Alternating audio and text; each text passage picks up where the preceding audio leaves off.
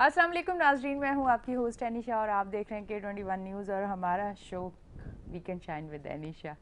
अच्छा, आज जब हम क्योंकि मैं सैटरडे एक हफ्ते बाद जब सैटरडे सुबह कोई 6 साढ़े 6 बजे उठी, तो पिछले हफ्ते तो मुझे इतनी कोई ठंड महसूस नहीं हुई, पर आज लगा सुबह सुबह कि कराची में जो है वो सर्दी आ चुकी है। मतलब सुबह के टाइम तो आ चुकी है, अब दिन को पता चलेगा कि दिन को कराची वालों को सर्दी मिलती है कि नहीं मिलती, क्योंकि असल में कराची का कुछ मौसम इस तरह से है कि सुबह के टाइम जो है थोड़ी ठंडक होती है, दिन को धूप होती है, गर्मी होती है, शाम को फिर ठंडक होती है। इसकी वजह से कुछ होता यूँ है कि तबीयत भी और मौसम की वजह से अक्सर लोग जो हैं वो उनकी तबीयत ज़्यादा ख़राब हो जाती है, बीमारी ज़्यादा आ जाती है, क्योंकि हम लोग जब सुबह ठंड होती है तो पानी थोड़ा सा उस हिसाब से ठंडा गर्म देख के पीते हैं। दिन को जब बहुत ज़्यादा गर्मी होती है तो एकदम से बहुत ज़्यादा ठंडा पानी पीते हैं, जो हमारे गले को ख़राब करता है और उसी के साथ फिर वायरल जो आया हुआ होता है इन्फेक्शन, आपको पता है इस मौसम में जो आता है वो बढ़ जाता है और इसकी वजह से क्लिनिक और डॉक्टर्स जो हैं वो फिर मसरूफ़ हो जाते हैं। तो कोशिश करें इस मौसम में, जब ठंड का टाइम है तो कोशिश करें पानी उसी तरीके से पिए, क्योंकि फ़ौरन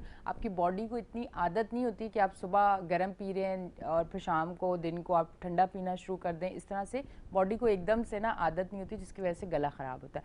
अच्छा जी, इसी के साथ आपको बताती चलूँ कि आज हमारे जो गेस्ट हैं उनसे हम थोड़ा सा सहाफ़त के हवाले से भी बात करेंगे और भी बहुत सारी डिटेल में बात करेंगे।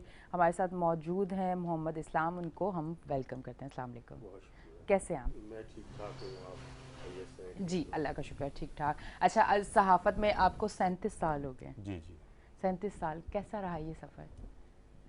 बहुत शानदार रहा। और साफ़त में जो उरूज व ज़वाल की कहानी हम देख रहे हैं वो उसके हम शाहिद हैं। एक पूरी तारीख़ है। जब जर्नलिज़म को हमने ज्वाइन किया था वो बहुत शानदार दौर था और जर्नलिज़म जो है उसकी अहमियत कहीं आज से ज़्यादा थी और ज़बान व बयान के हवाले से उस ज़माने में बहुत एहतियात की जाती थी, लेकिन आज हम देखते हैं कि ज़बान व बयान का इतना ख्याल नहीं रखा जाता। कहीं तलफ़ुज़ सही नहीं है, कहीं इमला सही नहीं है, चाहे अखबार हों चाहे चैनल्स हों। दूसरी बात यह कि मीडिया उस वक्त जो है बहुत महदूद था, ज़राए इब्लाग़ बहुत बिल्कुल। महदूद थे। जैसे सिर्फ पीटीवी था जी या चंद बड़े अखबारात जी। थे, तो उनकी अहमियत बहुत ज़्यादा होती थी। आज हम देखते हैं चैनल्स भी बहुत हैं, अखबारात भी बहुत हैं और उसके अलावा सोशल मीडिया में भी हर आदमी जो है वो जर्नलिस्ट बना हुआ है। अपने अपने सबने चैनल कायम कर रखे हैं, तो इससे ये अंदाज़ा होता है कि अब ये बहुत ब्रॉड बेस हो गया है। और इसी वजह से हम देखते हैं कि जो लोग इसमें आ रहे हैं जी वो म्यार के एतबार से पहले के मुकाबले में अब इतने ज़्यादा स्ट्रॉन्ग नज़र नहीं आते।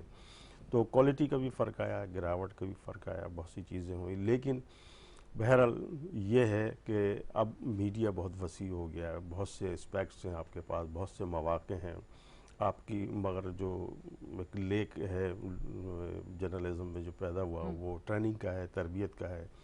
तो इस पर हमारे यहाँ तवज्जो देनी चाहिए और थोड़ी सी ज़बान के जो मसाइल पैदा हुए इस पर तवज्जो देनी चाहिए और स्किल्ड को बेहतर करना चाहिए। ये असर हाजिर के हवाले से है।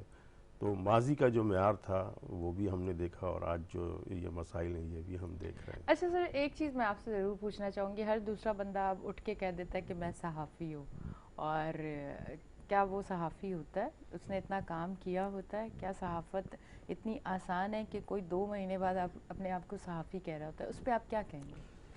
देखिए, मैंने अभी जैसे कि अर्ज़ किया कि दो चीज़ें हैं। पहले तो आपकी प्रॉपर एजुकेशन है एग्जैक्टली या नहीं एग्जैक्टली। है। उसके बाद दूसरी चीज़ ये है कि आपने इसकी कोई माकूल तरबियत हासिल की है या नहीं। इसके बाद फिर ये मरहला आता है कि आया आप जर्नलिस्टिक माइंडेड हैं या नहीं। नहीं। क्योंकि ये एक ऐसा पेशा है जिसमें आप अगर जहनी तौर पर सहाफ़त से नज़दीक नहीं है तो फिर आपके लिए इसमें चलना मुश्किल होता मुश्किल है। है। तो चूंकि आप जानती हैं कि इसमें ना तो टाइमिंग का कोई इशू है, आप रात को भी काम करते हैं, हम सुबह सुबह यहाँ बैठे हैं आके सब काम छोड़ के जैसे। तो ये सहाफ़त के जो चैलेंजेस हैं, फिर शहर में हड़ताल है, हंगामे हो रहे हैं, कई लोगों की हलाकतें हो गई, लेकिन आपने ऑफिस जाना है, आपने काम करना है। तो ये सारे चैलेंजेस भी आपको कबूल करने होते हैं। दूसरी जो एक बड़ी अहम चीज़ है कि आप राइटिंग एप्टीट्यूड नहीं रखते तो आपके लिए बड़ा मुश्किल हो जाता है। एक बात तो ये हुई और दूसरी ये कि अगर इसमें आपका अदब से भी थोड़ा सा ताल्लुक़ हो तो फिर सोने पे सुहागा हो जाता है। फिर आपकी गुफ्तगू में, आपके रेफरेंसेस में एक चेंज आती है और बहुत उसका एक अच्छा तासुर पैदा होता है। जो सवाल आपने किया है वो जो है उसका भी मैं बारह रास्त जवाब देता हूँ। तो अगर इस मेरी बातचीत जो मैंने अभी की, इसके पस मंज़र में हम देखते हैं, अगर ये सब कुछ है तो शायद मैं कह सकता हूँ कि आप अच्छे जर्नलिस्ट होंगे। और ये नहीं है तो फिर कोई महीने, 2 महीने, 6 महीने में दावा करता है कि मैं जर्नलिस्ट हूँ, तो मेरा ख्याल है वो इंसाफ नहीं करेगा। एक तो चीज़ ये हुई। दूसरी बात ये कि आपने तो सिर्फ साफ़ी कहा है और ये आपने रियायत दी, वरना हमें तो अब हर जगह सीनियर साफ़ी नज़र आते हैं। आपने जो बात की है, आप यकीन करें, अच्छा, ये चीज़ मैं कहने वाली थी, फिर मैंने कहा नहीं, ये असल में अक्सर हम कुछ बातें करते हैं जो कुछ लोगों को बहुत ज़्यादा बुरी लग जाती है, क्योंकि वो नाइंसाफ़ी कहीं ना कहीं हम लोगों के साथ कर रहे होते हैं। ठीक है, सही। अब आप देखें कि कोई 1 महीने पहले आता है, स्क्रीन पे आता है, और अब अभी उसे बोलना भी अच्छी तरह नहीं आता, उसे पता नहीं होता ना कैमरे का, ना माइक का, ना लाइट्स का, ना किसी चीज़ का पता होता है। और वो अपने आप को जब वो सीनियर एंकर और सीनियर इस तरह से, तो एक तकलीफ तो ज़रूर होती है। अब इस तरह से कोई 2, 3, 4 महीने या 2, 4 साल के बाद अगर अपने आप को सीनियर लगाएगा सहाफ़ी, तो फिर यकीनन आपको तकलीफ होगी। ज़ाहिर है हम ये तमाशे देखते हैं, क्योंकि अल्हम्दुलिल्लाह 4 अशरे कम नहीं होते जी, सहाफ़त में गुजारे हैं, और बहुत नामी गिरामी जो सहाफ़ी गुजरे हैं अल्हम्दुलिल्लाह। महमूद शाम साहब हैं, इश्तियाक अज़हर साहब हैं, यूनुस रियाज साहब हैं, शफ़ी अकील साहब हैं, और निज़ाम सिद्दीकी साहब हैं, और बहुत बड़े बड़े नाम हैं जिनके साथ काम करने के हमें मौका मिला और उनसे सीखने का मौका मिला। नासिर बेग चुग़ताई हैं, नज़ीर लगारी साहब हैं, इस तरह बेशुमार हमारे जो सीनियर थे बहुत बड़े बड़े, उनकी रफ़ाकत में वक्त गुजारा, उनसे बहुत कुछ सीखा। तो ये एक तवील सफ़र होता है। और दूसरी चीज़ एक बात मैं बताऊं आपको, ये एक तासुर है, लोग कायम कर लेते हैं कि हमें बहुत कुछ आ गया, लेकिन आप यकीन कीजिए कि इस ज़िंदगी का सफ़र ऐसा है कि ऐसे बहुत से मरहले आते हैं कि जब हमें एहसास होता है हमें अभी कुछ नहीं आता, हमें अभी बहुत कुछ सीखना है। अभी हमें मकसद ये कहने के हम मकाम पे नहीं है कि हम जान गए सब। यानी मैं आज भी ये कहता हूँ मैं तालिबे इल्म हूँ, सीखने का अमल जो है वो जारी रहता है। Exactly. दूसरी बात ये कि मैंने जैसे अभी आपसे जिक्र किया था कि इत्तेफाक यह हुआ कि मैं जिस इदारे में हूँ वो पाकिस्तान का सबसे बड़ा सहाफ़ती इदारा है, तो मुझे वहाँ 10 साल जो है स्टूडेंट को पढ़ाने का मौका भी मिला।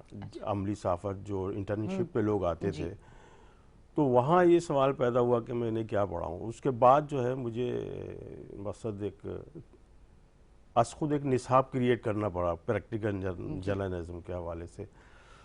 तो मैंने उस दौरान बहुत सारे सहाफ़त के जो इश्यूज़ हैं उस पर रिसर्च पेपर तैयार किए हर मौजू पे, और उनको अलिफ से शुरू करके वो बहुत सारे मैंने मौज़ूआत के ऊपर काम किया। और अल्हम्दुलिल्लाह ये मेरी जर्नलिज़म पर आने वाले वक्त में एक बहुत ही गैर मामूली किताब होगी, जिसमें बहुत सी चीज़ें ऐसी हैं जो सहाफ़त में पढ़ाई भी नहीं जा रही, लेकिन अमली सहाफ़त से ताल्लुक़ रखती। तो उस दौरान मुझे एहसास हुआ कि हमें तो इतना पता ही नहीं था, क्योंकि अब हमने सोचा है, गौर किया है, रिसर्च की है, तो हमें पता चला कि अच्छा ये चीज़ें भी हैं। तो अब इसमें वो सब बातें आपको भी पता होंगी, लेकिन हम उसको प्रेजेंटेशन कर रहे हैं, हम उसको एक तहकीक के नुक्ता नज़र से देख रहे हैं, तो ये दो चीज़ें ज़रा डिफरेंट हो गई। तो हमें एहसास हुआ कि हम अभी भी सीख रहे हैं और ये अमल अभी जारी है। तो मैं यही समझता हूँ कि जो हमारे नए आमो सहाफ़ी हैं उन्हें ये बात जहन में रखनी चाहिए कि ये डे ब डे इंसान अपनी कुछ ना कुछ इजाफा करता रहे जी। किसी स्टेज पर आके रुक ना जाए कि मुझे सब आ गया, ऐसा कुछ नहीं होता। तो ये अमल जारी है और हम भी सीख रहे हैं, आप भी सीख रहे हैं, और ये खिड़की खुली रखिए। अगर आपने आगे बढ़ना है, खिड़की बंद कर दी तो फिर आप वहीं रह जाएंगे। अच्छा, मुझे बताइएगा उस टाइम की सहाफ़त और अब की सहाफ़त में कितना फ़र्क आया? देखें, उस वक्त की सहाफ़त बहुत ज़्यादा ज़िम्मेदाराना होती थी। हमें क़ानून के पॉइंट ऑफ व्यू से भी जर्नलिज़म में एहतियात करनी पड़ती थी, अखलाकियात के हवाले से भी हमें करनी पड़ती थी। आजकल तो अखलाकी पहलुओं के हवाले से तो बहुत ही अफसोसनाक सूरत हाल है कि जिसके साथ बच्ची के साथ रेप हुआ, हम उसको स्क्रीन पे दिखा रहे हैं, उसके ख़ानदान को दिखा रहे हैं, एक उसके लिए मसाइल क्रिएट कर रहे हैं ज़िंदगी भर के लिए। फिर जो बाज़ अवक़ात इस तरह की ख़बरें आती थी कि कोई रिलेशनशिप के हवाले से, तो हम उसको आम तौर पर नहीं छापते थे या बहुत गैर अहम बना के शाया करते थे। आज हम देखते हैं तो पूरा मीडिया चिल्ला रहा होता है कि ये हो गया, ये हो गया। तो इस किस्म के जो मनफी वाक़यात होते हैं या तो वो लो प्रोफाइल में जाने चाहिए, और अगर ऐसा कोई बहुत करीबी रिश्ता है, भाई है या बाप है या कोई ऐसा है, तो उसको ना लगाएं तो कोई फ़र्क नहीं पड़ता। आप ना शाया करें, ना उसको नश्र ना करें तो कोई फ़र्क नहीं पड़ता। लेकिन इसके शाया करने से आप सारे भाइयों बहनों के दिमाग ख़राब करते हैं, उनमें एक सोच पैदा करते हैं, एक करीबी रिलेशन जो है उनमें एक सोच पैदा कर देते हैं कि ऐसा भी मुमकिन है। तो पूरे माशरे में आप ये एक आदमी की गलती या ख़राबी को पूरे माशरे में मत फैलाइए। तो अब जिम्मेदाराना सहाफ़त का भी फुक़दान है, और उस वक्त आप यकीन कीजिए कि एक एक लफ्ज़ पे गौर किया जाता था। कोई लफ्ज़ ऐसे हम तस्वीर के दानों की तरह छोड़ते थे अल्फाज को। आज लोग कॉपी पेस्ट कर रहे हैं, आज जो दिल में आ रहा है बोलना, ऐसा नहीं होता था। तो एक आम आदमी के लिए भी, एक अदीब के लिए भी और एक सहाफ़ी के लिए भी अल्फाज का इंतखाब और उसको सोच समझ के गुफ्तगू करना मेरा ख्याल है बहुत ज़रूरी है, और लिखना भी ये बहुत जिम्मेदारी का काम है, बहुत जिम्मेदारी का काम। तो एक तो लैक ऑफ रिस्पॉन्सिबिलिटी बहुत ज़्यादा है, और दूसरे वही जो हम अभी बात कर रहे थे कि चूँकि ट्रेनिंग का फुकदान ज़्यादा है, और मेरा ख्याल है कि इस प्रोफेशन की ये भी एक बदनसीबी है कि कहीं तरबियत के बाकायदा मौक़े नहीं है, ना इदारे हैं इस तरह के जहाँ प्रॉपर तरबियत दी जा रही हो, ना इतना वक्त होता है सहाफ़ती इदारों में कि सीनियर्स जो है बाकायदा बैठ के कोई बात करें। तो आपस में हम प्रोफेशनल गुफ्तगू कम करते हैं, काम ज़्यादा कर रहे होते हैं, ये होता है। तो ये अगर मौक़े मिले तो शायद इसमें बेहतरी भी आ जाए। अच्छा, दुनिया भर में क्राइम होता है पर वो नज़र नहीं आता, यहाँ क्राइम जितना होता है उससे बढ़कर दिखाया जाता है। तो इस पे आप क्या कहना चाहेंगे? दुनिया में क्राइम होता है पर मीडिया को इतनी आज़ादी नहीं होती दिखाने की जितनी पाकिस्तान में। हो सकता है कि मेरी इस बात पे बहुत ज़्यादा इश्यूज हो जाए, पर मैं आज आप मेरे साथ सीनियर सहाफ़ी मौजूद हैं तो मैं इनसे ये सवाल ज़रूर करना चाहूँगी कि अपने तजर्बे की बुनियाद पे ये क्या कहना चाहेंगे कि क्या हम मुल्क की साख को कमज़ोर नहीं करते इस तरह से चीज़ें, एक एक छोटी छोटी चीज़ को बहुत बड़ा, सोशल मीडिया पर भी XYZ हर जगह पर, मैं ये कहना चाहूँगी। देखिए, बहुत अच्छी बात की आपने। न्यूज़ सेंस जहाँ तक है ना उसका ताल्लुक है, तो उस हवाले से नेगेटिविटी जो है वो ख़बर की जान है, ठीक है ना। अब एक होटल है, वहाँ 200 आदमी बैठे हैं, चाय पी रहे हैं, तो कोई ऐसी बात नहीं है, लेकिन एक आदमी वहाँ के एक हवाई फायर कर देता है तो ये नेगेटिविटी ख़बर बन जाएगी कि वहाँ फायरिंग और हवाई फायरिंग या जो भी हुआ उससे। लेकिन इसकी भी लिमिट्स हैं, जैसा कि मैं अभी कह रहा था कि अखलाकियात के भी कुछ तकाज़े हैं। तो हमें मनफियत में भी एक हद तक जाना चाहिए कि जिसमें माशरे की वैल्यूज़ को डैमेज ना हो रहा हो, माशरे में उसका ऐसा तासुर ना जाए जिससे ये पता चले कि ये माशरा जो है, इस माशरे में यही कुछ हो रहा है। हमारे यहाँ बाज़ औक़ात ऐसा लगता है कि चैनल जब इस तरह की स्टोरियाँ उठाते हैं कि ऐसा लगता है यही सब कुछ हो रहा है, तो ऐसा नहीं है, बहुत कुछ हो रहा है। और मैं तो ज़ाती तौर पर ये कहता हूँ कि जब से चैनल्स ने एक इसमें जो मसाबकत का इनमें आपस में सिलसिला शुरू हुआ है, उसके बाद हमारे मौज़ूआती एतबार से हमारे चैनल्स जो है ना वो ऐसी मतलब बहुत दूर चले गए जो सही सिमत उस तरफ नहीं है। तो मीडिया का क़िबला भी दुरुस्त करने की ज़रूरत है। आप देखें ना, आप पॉलिटिक्स और क्राइम पे बेस कर रहे हैं जी। माशरे में तहकीक हो रही है, इल्म, आपको PhD मकाला बहुत ही अच्छा आता है, उसके चीज़ें तो आपको 2 लाइन की खबर नहीं मिलेगी, कोई एक टिकट चलता हुआ नहीं मिलेगा। तो आप माशरे को उसकी जो पॉजिटिविटी है वो तो दिखाते ही नहीं है किसी तरह भी है, कितनी अच्छी हो। आप एजुकेशन को नहीं दिखाते, आप बिज़नेस के ऊपर बात नहीं करते जिससे माशरे में खुशहाली आएगी, तरक्की आएगी, न तरबियत न ट्रेनिंग। तो इस तरह की बहुत सी चीज़ें हैं जो पॉलिसीज़, इसे अदब भी आप देखें बराए नाम होता है।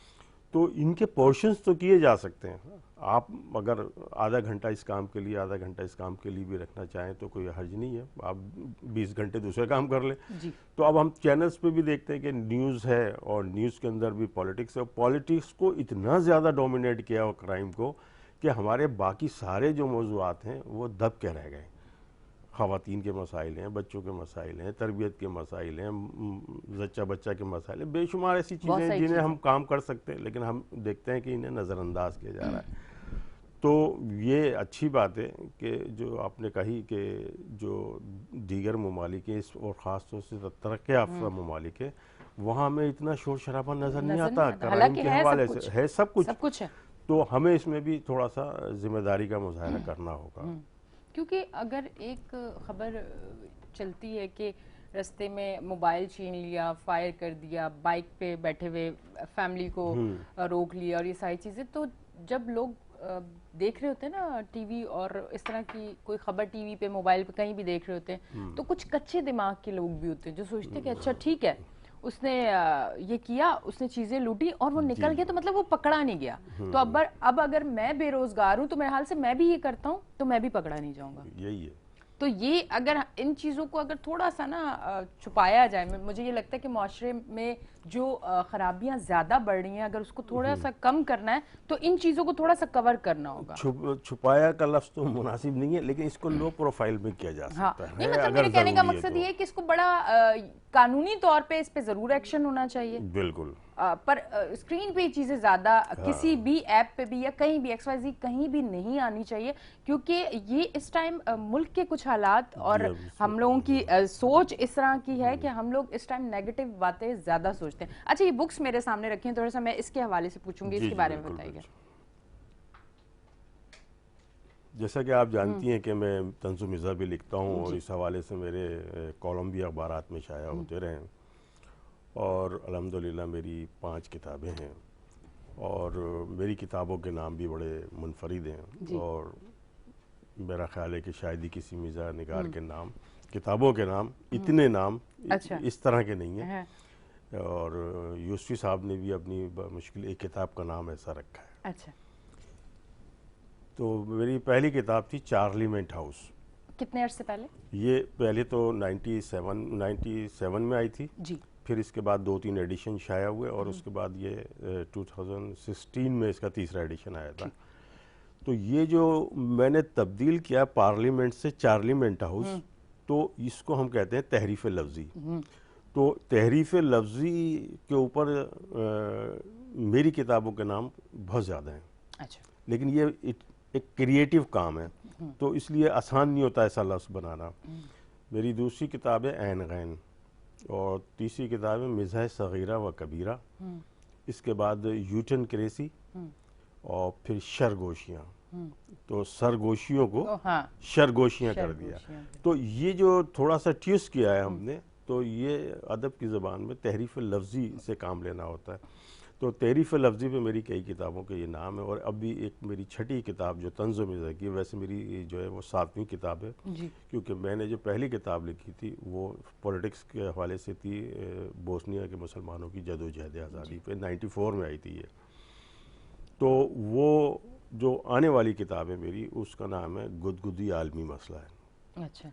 और इसकी ये ख़ास बात यह है कि ये पहली दफ़ा हिस्ट्री में पहली बार मैंने गैर मनकूत मिज़ा लिखा है, यानी बगैर नुक्ते का मिज़ा लिखा है, और इसमें जो एक मजमून है उसका उन्वान यही है, और उसी की रियायत से किताब का नाम रखा है मैंने। तो इसमें भी आप देखें नुक्ता नहीं मिलेगा आपको, गुदगुदी आलमी मसला है। तो ये एक काम मैंने उर्दू अदब में फ़र्स्ट टाइम किया है। और दूसरा काम मैंने जो पहला इससे पहले करा है, वो 100 लफ्ज़ी कहानी तो लिखी जा रही थी, आपको पता है, और कई लोग लिख रहे थे। तो मुझे ख्याल आया कि तंज़ो मिज़ा की 100 लफ्ज़ी कहानियाँ लिखनी चाहिए। तो मैं इस हवाले से तंज़ो मिज़ा की 100 लफ्ज़ी कहानियों के हवाले से पहला आदमी हूँ जिसने 2 किताबें इस मेरी आ चुकी हैं इस हवाले से। तो आप कहें तो इसमें से कुछ कहानियाँ भी मैं पेश कर सकता हूँ, लेकिन इससे पहले मेरी एक रिवायत रही है कि मैं जिस जगह भी कुछ सुनाता हूँ तो अपनी वन लाइनर ज़रूर सुनाता हूँ। ज़रूर। तो वन लाइनर जो हैं वो मेरे खासे मकबूल हैं, तो मैं चाहूँगा पहले वन लाइनर आपको सुनाऊँ, फिर उसके बाद तंज़ो मिज़ा की 100 लफ्ज़ी कहानियाँ सुनाते हैं, ठीक है जी।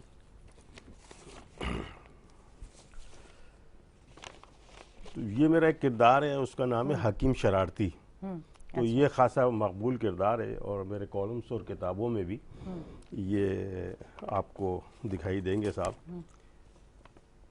इन्हीं के हवाले से पहला आपके जुमला आपकी नज़र करता हूँ। हकीम शरारती का मशवरा है कि आप पढ़े लिखे हैं या नहीं, लेकिन जेब में कलम ज़रूर रखें। इस तरह बंदा तालीम याफ्ता दिखाई देता है। ठीक है, ये कंप्यूटर का ज़माना है, मगर अब कीबोर्ड उठाकर तो बंदा नहीं फिर सकता ना। अगला जुमला समाअत फरमाइए, क्या आप जानते हैं कि जो अहले कलम होते हैं उनमें से बेशतर के पास कलम नहीं होता? क्योंकि आपने देखा होगा हर जगह लोग कहते हैं भाई पेन होगा कलम दे दीजिए। अच्छा, इस आगे है जनाब अगला जुमला, व्हाट्सएप मैसेंजर और बीवी रिस्पांस न दे तो बंदा झुंझलाहट का शिकार हो जाता है। हमारे यहाँ जंगलात का बड़ा इशू रहा है, इस हवाले से एक जुमला आपकी नज़र करता हूँ। हमारा शुमार जंगलात खाने वाली कौमों में दूसरे नंबर पर होता है। जाहिर है जो लोग जंगलात खा जाएं वो 2 नंबर ही हो सकते हैं। अगला जुमला समाअत फरमाइए, गज़ल से मुराद औरतों से बातें करना है तो फिर आप फेसबुक पर नज़र आने वाली बेबहर व वज़न गज़लों को ख्वाजा सराओं से बात करना करार दे सकते हैं। ये अगला जुमला जो मैं आपकी खिदमत में पेश कर रहा हूँ, ये उस वक्त मैंने लिखा था जब पीटीआई की हुकूमत नहीं आई थी। अच्छा, तब्दीली जब आई थी नई। हाँ, नई चेंज आई थी। हम पीटीआई की हुकूमत को भी सियासी चाइना कटिंग तस्वूर करते हैं। कुछ इल्ज़ामात थे ना कैसे लाया गया, उस हवाले से। अगला जुमला सुनिए, वतन अजीज़ की सियासत भी अजब है, जो जिंदा है वो मुर्दा है और जो मुर्दा है वो जिंदा है। क्या बात है। सर्जिकल स्ट्राइक सिर्फ मुल्कों के दरमियान नहीं होता, बल्कि बाज़ सास बहुओं और बाज़ बीवियों और शोहरों के खिलाफ कामयाब सर्जिकल स्ट्राइक करती हैं और बीवियां शोहरों के खिलाफ करती हैं। ये समाअत फरमाइए अगला जुमला, जो शख्स पहली शादी को अक़्दे लासानी तस्वूर करता है फिर वो अक़्दे सानी नहीं कर सकता। ये बड़ा मकबूल जुमला है और बहुत पसंद किया जाता है जी। बाज़ अफराद को जल्दी इमराज नहीं होते, मगर उन्हें वक्फे से खारिश होती रहती है। क्या बात है जी। तो ये खासा मकबूल जुमला है, ये खासा मेरे दिल पे लगा भी है। अच्छा। तो बाज़ अफराद को जल्दी इमराज नहीं होते, मगर उन्हें वक्फे से खारिश होती रहती है। बिल्कुल बिल्कुल। ब्लड प्रेशर, शुगर और बीवी कंट्रोल में रहे तो बंदा खुश रहता है। क्या बात है। अगला जुमला है जनाब, खाने में मुझे अपनी ये आदत बहुत पसंद है कि मैं सरसों का साग तो खा लेता हूँ मगर परसों का साग नहीं खाता। ये एक आईनी मसला है, उस हवाले से सदर मुमलिकत के इख्तियारात ख्वाह कितने ही कम क्यों ना हो, मगर वो दांत निकालने का हुनर खूब जानते हैं। ये आपके मतलब का जुमला अब आया। सेगा वाहिद और जमा के नुक्ता नज़र से कता नज़र, अंडरस्टैंड? सेगा वाहिद और जमा के नुक्ता नज़र से कता नज़र बाज मर्दों की जमा मरदूद बनती है। क्या बात। क्या बात। ये हमारा एक कौमी मसला है, उस हवाले से अर्ज किया है जी। तुमने सब्ज़ बाग दिखाए, बेवकूफ़ बनाया, अहमक बनाया, मगर डैम नहीं बनाया। क्या बात है, जबरदस्त। हम इसको कंटिन्यू करेंगे अगर ब्रेक से वापस आ जाए। एक ब्रेक आ गई। हाँ, ब्रेक से वापस आते हैं। ठीक है नाज़रीन, आप देख रहे हैं हमारा show weekend shine with Anisha. छोटा सा ब्रेक लेंगे, ब्रेक से वापस आएंगे, फिर यहीं से हम कंटिन्यू करेंगे। ब्रेक।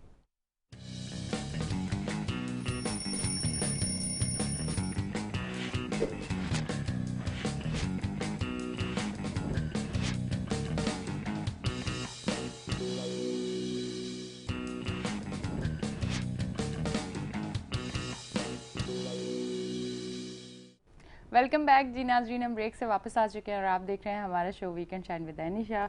मैं इस तरफ आती हूँ, से बात करती हूँ। अच्छा जी, जो सिलसिला जहाँ से टूटा, अब थोड़ा सा कुछ और सुनते हैं ताकि हमारे देखने वालों को भी पता चले। मुझे तो बहुत मज़ा आया ब्रेक से पहले। अब आगे देखते हैं आगे कुछ और क्या है हमारे लिए।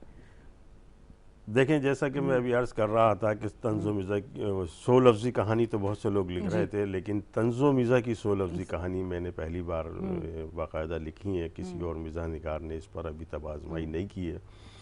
और 100 लफ्ज़ी कहानियों की मेरी 2 किताबें हैं, एक शरगोशियाँ और एक मिज़ाह सग़ीरा व कबीरा। तो आप अगर इजाज़त दें तो मैं इसमें से कुछ आपको सुनाना चाहूँगा। ज़रूर।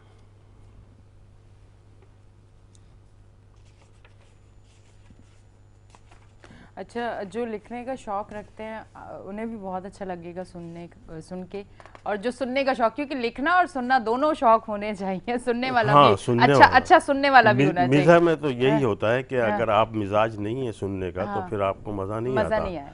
अच्छा, इसमें एक चीज़ मैं और ऐड कर दूं जी। कि आप जो कुछ लिखते हैं ना, वो अगर मैं परसेंटेज वाइज आपको ऐसी बताना चाहूँ कि आप सियासत है, मईशत है, तो जी। कोई 5% लोग पढ़ते हैं, कोई 10% पढ़ते हैं, कोई 15% पढ़ते हैं, लेकिन मिज़ा का मामला ज़रा डिफरेंट है। ये या तो आदमी पढ़ता है या नहीं पढ़ता, नहीं यानी पढ़ता। 50% तक तकरीबन चला जाता है, इस तरह जो है। तो मैंने सियासत पे भी एक ज़माने में बहुत लिखा, क्योंकि मैं बेसिकली पॉलिटिकल साइंस का स्टूडेंट था। अच्छा। तो पॉलिटिक्स से दिलचस्पी भी रखता था, तो सियासी मामलात पे मैंने बहुत कुछ लिखा एक ज़माने में। लेकिन जब मैंने मिज़ा लिखा तो इसका बेहतर रिस्पॉन्स आया। अच्छा। तो फिर मैं यहीं का होके रह गया कि मैंने सोचा कि चलें, हमारी दुकान के अगर पकौड़े बिक रहे हैं तो हम पकौड़ी बेचते रहते क्या हैं। बात। बाकी सब छोड़ दिया, छोड़ मईशत दिया है, सब कुछ, सियासत है, हाँ। उसको सब छोड़ दिया। ठीक है। तो मुख्तसर ये कि इसका एक भरपूर रिस्पॉन्स आता है, अगर आपके काम में थोड़ी सी भी जान होती है तो लोग पजीराई देते हैं। दूसरी जो अहम बात है मिज़ा के हवाले से वो ये है कि आप पॉलिटिक्स पे लिखते हैं सुबह और शाम को ख़त्म हो जाता है सिलसिला, लेकिन मिज़ा निगार 150 साल आराम से ज़िंदा रहता है और उसका काम। चले मैं फिर आपको 100 लफ्ज़ी कहानियाँ सुनाता हूँ। ये कहानी है मुरव्वत, इसका उन्वान है। मुराद भाई का घर मेरे ऑफिस के करीब था। वो अक्सर मेरे ऑफिस आ जाते, गुफ्तगू शुरू करने के बाद कहते, यार एक सिगरेट तो पिलाओ। मैं महंगी सिगरेट पीता था, मगर मुरव्वत की वजह से कुछ कहता नहीं था। एक दिन उन्होंने गुफ्तगू शुरू की, सिगरेट का कश लगाया और गहरी सोच में डूब गए। मैंने सबब दरियाफ्त किया तो बोले, स्कॉलरशिप पर कनाडा जा रहा हूँ। और मुझसे सवाल किया, यार कनाडा में सिगरेट तो बहुत महंगी होगी।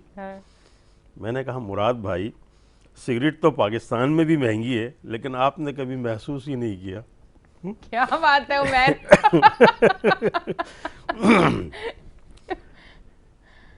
ये अगली कहानी का उन्वान है, लोग क्या कहेंगे। वो अच्छी रक्कासा थी, रक्स करती तो ऐसा महसूस होता जैसे पूरी कायनात में वे रक्स है। मैं सहाफ़ी की हैसियत से उससे कई बरसों से वाकिफ़ था। कभी कभी उसकी महफिल में जाने का इत्तेफाक भी होता और उससे बातचीत भी हो जाती। एक दिन मुझे ख्याल आया तो मैंने उसे प्रेस क्लब की एक तकरीब में मेहमान की हैसियत से मदऊ किया। वो इतनी पजीराई मिलने पर बहुत खुश हुई। तकरीब उरूज पर थी। मैंने उससे कहा, क्या ख्याल है, रक्स करोगी?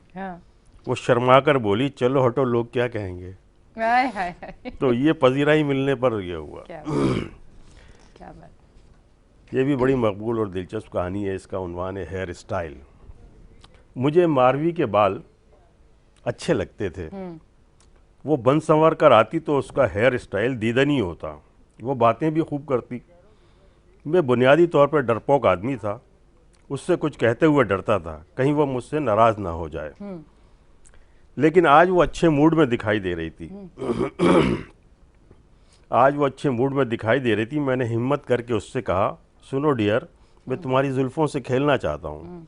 उसने ज़बरदस्त कहका लगाया और सर से विग उतार कर मेरे हवाले कर दी और बोली, लो खेल कर वापस दे देना। तो जनाब, ये थी कहानी हेयर स्टाइल और अगली कहानी का उन्वान है, नीच। अच्छा, ठीक। उसे मोहल्ले वाले नीच तस्वुर करते थे। उसकी हरकतें ही ऐसी थीं। चोरी करना तो उसका मामूल था। ठीक। बेशरम इतना था, मोहल्ले की लड़कियों से भी छेड़छाड़ करने से बाज नहीं आता था। नशे की आदत तो पुरानी थी। जब से उसने मोबाइल लिया था, अक्सर औरतों को कॉल करता था। अलबत्ता कभी कभी वो अपनी हरकतों पर ख़ुद को मलामत भी करता था, लेकिन फिर उस वक्त खुश हो जाता था जब मोबाइल कंपनी का मैसेज उसके पास आता और उसमें उसे मुअज़्ज़िज़ सारिफ कहकर मुखातिब किया जाता था। क्या बात, क्या बात। आज की सुबह बड़ी अच्छी होगी है, बहुत अच्छी अच्छी चीजें सुनने को मिल रही है। चले, ये कहानी भी दिलचस्प सुने। वो अपार्टमेंट में नई नई आई थी। रोज़ सुबह उसे दफ्तर से शानदार गाड़ी लेने आती, मैं मेन गेट पर उसे जाता देखता, वो मेरे करीब से गुजरती तो मैं उसे कल्लो कह के छेड़ देता, जिस पर वो गुस्से से देखती। दरअसल मैं बेरोज़गार और फारिग था, लेकिन इसी दौरान इंटरव्यू की कॉल आ गई। इंटरव्यू के लिए जब मैं दफ्तर में दाखिल हुआ, सामने वही बैठी हुई थी। वही कर लो। मेरे मुंह से बेइख्तियार निकला, कल्लो तुम। ये सुनते ही वो सहपा हो गई और नफरत से बोली, सुनो नौजवान, अब मैं तुम्हारा मुस्तकबिल भी सिया कर दूंगी। मैं चिल्ला उठा, नहीं। तो ये मैंने जैसा अभी अर्ज़ किया था, ये 21वीं सदी का मिज़ा है। ये मिज़ा मौज़ूआत 21वीं सदी के हैं, जो माजी में लिखा गया वो 20वीं सदी का मिज़ा है। हाँ। अब ये लेटेस्ट मिज़ा जो है, और वो इख्तिसार भी इसकी खूबी है। ये जनाब कहानी है, इसका उन्वान है प्यासा कुत्ता। ये भी बड़ी दिलचस्प कहानी है। मेरी गली का कुत्ता प्यासा लग रहा था, करीब गंदा पानी था। वो उसके पास गया, फिर पानी की हालत देखकर आगे बढ़ गया। मैंने सोचा ये 21वीं सदी का कुत्ता है, शायद गंदा पानी पीना नहीं चाहता। एक दो जगह और उसने ऐसा ही किया। फिर वो प्यासा कुत्ता एक कोल्ड ड्रिंक की दुकान के सामने बैठ गया। दुकानदार ने उसे भगाने के लिए हुश हुश कहा और पत्थर दिखाया, मगर वो टस से मस ना हुआ। मजबूरन दुकानदार ने उससे नरमी से पूछा, तुम क्या चाहते हो? कुत्ता बोला, जालमा कोको कोला पिला दे। अच्छा, जब हमारे सेगमेंट का भी टाइम खत्म हो चुका है, अच्छा। जाते जाते कोई मैसेज हमारे देखने वालों को अगर आप देना चाहें? किस हवाले से मैसेज? किसी भी हवाले सहाफ़त से, के? आप सहाफत के हवाले से दें, कोई भी आप मैसेज देना चाहें दे सकते हैं। देखिए, सबसे अहम बात तो यह है कि हम ये देखते हैं कि दुनिया की दीगर अक़वाम में तालीम का तनासुब बहुत ज़्यादा है, इसीलिए उनमें उनके माशरे तरक्की करते हैं। जो तरक्की याफ्ता ममालिक हैं उनमें भी, और जो ऐसे बेहतर माशरे उसमें भी। लेकिन बदकिस्मती से हमारे मुल्क में तालीम और तरबियत का फुक़दान है। तो मैं यही पैगाम दूंगा, अगर आप हुआ कितने ही गरीब क्यों ना हो, अपनी औलाद को पढ़ाइए। आप चाहे एक वक्त का खाना खाएं, एक वक्त का खाना ना खाएं, 4 जोड़ों के बजाय 2 जोड़े पहने। और ये एक छोटा सा पीरियड 10, 12, 15 साल का, अगर आपने अपनी औलाद को अच्छी और आला तालीम दिला दी, तो वो न सिर्फ आपके लिए बल्कि आपकी आने वाली नस्लों के लिए भी एक ऐसा ज़रिया बन जाएगा जो आपकी तरक्की, खुशहाली का बायस बनेगा।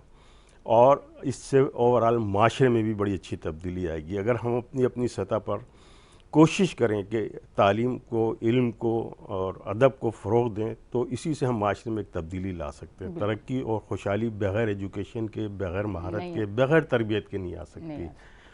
तो आप ये यकीन जानिए कि जहालत और गुर्बत जो है, यही सारी बुराइयों को जन्म देती है। तो जहालत और गुर्बत से आप बाहर आइए और तालीम और तरबियत और अदब और इल्म की तरफ अपना कदम बढ़ाइए। तो मैं समझता हूँ इससे आपकी इनफरादी और इज्तिमाई तौर पर एक अच्छी तब्दीली देख सकेंगे। बहुत शुक्रिया। बहुत शुक्रिया आप तशरीफ़ लेके, थैंक यू वेरी मच। जी नाज़रीन, आप देख रहे हैं हमारा show weekend shine with Anisha. अभी आया ब्रेक का टाइम, ब्रेक से वापस आएंगे और कंटिन्यू करेंगे।